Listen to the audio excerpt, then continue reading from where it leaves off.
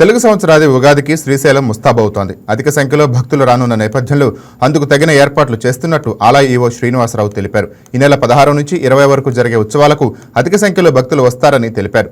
ప్రతి ఉగాదికి కర్ణాటక భక్తులు పాదయాత్ర ద్వారా స్వామివారి దర్శనానికి వస్తారు. దీంతో వెంకటాపురం నుంచి శ్రీశైలం వరకు ప్రత్యేక ఏర్పాట్లు చేసినట్టు ఈవో తెలిపారు. త్రాగునీరు, వైద్యం, అన్నదాన కార్యక్రమాలకు పెద్ద ఎత్తున నిర్వహించేలా చర్యలు తీసుకున్నట్టు తెలిపారు. మల్లన్న భక్తుల కోసం ఆన్లైన్లో, ఆఫ్లైన్లో స్పర్శ దర్శన టికెట్లు 4 విడతలుగా అందుబాటులో ఉంచుతున్నట్లు ఈవో వివరించారు.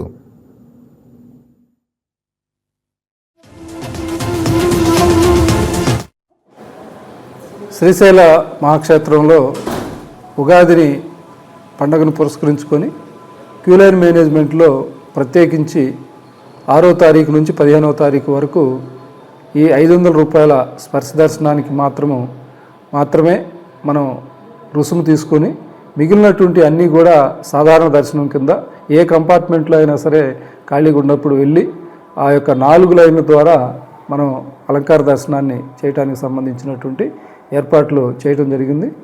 ఆ 4 లైన్లలో మనకు గంటకు సుమారుగా 6000 వరకు కూడా మనం కంప్లీట్ చేయడానికి మన దగ్గర ఉన్నటువంటి ఇవి ఉన్నాయి.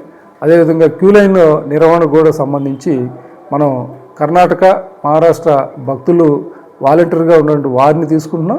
పోలీసు వారు ప్లస్ మన యొక్క సెక్యూరిటీ, మామూలుగా అదనపు సిబ్బంది ఎవరైతే ఉన్నారో వీరందరి సహకారంతో ఎక్కడా కూడా ఒత్తిడి గురి కాకుండా క్యూ లైన్ని ఇవ్వటం, తర్వాత అక్కడ ఉన్నటువంటి ఫ్యాన్లు, అదేవిధంగా కొన్ని ఎయిర్ కూలర్స్ని కూడా మనం ఎక్కువగా ఏర్పాటు చేసి ఈసారి భక్తులు కొంచెం ఎండవేడిమి అలాంటి వాటికి కూడా ఇబ్బంది లేకుండా సౌకర్యవంతమైనటువంటి దర్శనానికి సంబంధించిన ఏర్పాట్లు చేస్తున్నాం.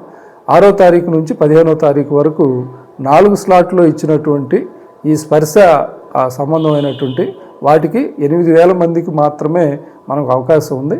ఆఫ్లైన్లో ఫస్ట్ టైం మనం కింద ఇస్తున్నాం. చాలామంది నిన్న కొంతమంది భక్తులతో మాట్లాడినప్పుడు చాలా చక్కగా మేము ఎక్కువసేపు వెయిట్ చేయకుండా మేము టికెట్ తీసుకొని వాళ్ళు నడుచుకుంటూ వెళ్ళి కూడా స్పర్శ దర్శనం టైంలో చక్కగా చేసుకొని వచ్చినట్టుగా కూడా మంచి ఫీడ్బ్యాక్ వస్తుంది. అదే విధమైనటువంటి సహకారాలని భక్తుల వద్ద నుంచి మేము కోరుకుంటున్నాం.